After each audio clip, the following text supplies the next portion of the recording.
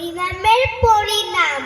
কবি ভবানী প্রসাদ মজুমদার। আমার পাখি আজব পাখি, করবে হরিনাম।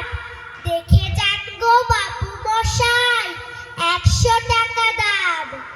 এই ছেলেরা চুপ করে থাক, করিস না শোরগোল। বলতো পাখি, বল একবার, বলো হরি বল।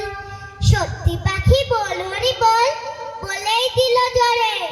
বংশী বাবু 100 টাকায় দিলেন খাঁচা ধরে। বাড়ি ফিরে সবাইকে জড়ো করলেন ডেকে। জনা 50 লোকের মাঝে বললেন জোরে হেঁকে, এই যে পাখি দেখছো সবাই, মথুরায়ের ধাম। এই পাখিটাই দেখবে কেমন করবে হরিনাম। এই ছেলেরা চুপ করে থাক, করিস না শোরগোল। বলতো পাখি, বল একবার, বলো হরি বল। পাখি কিছুই বলে না তো, চুপটি করেই থাকে।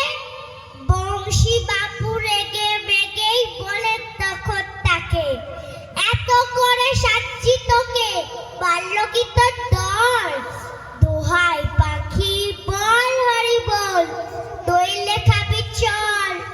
বললে পাখি, চুপ করে থাক, এখন আমি শুই। বড়াই বল বলবো পরে, পড়বি যখন তুই। নমস্কার।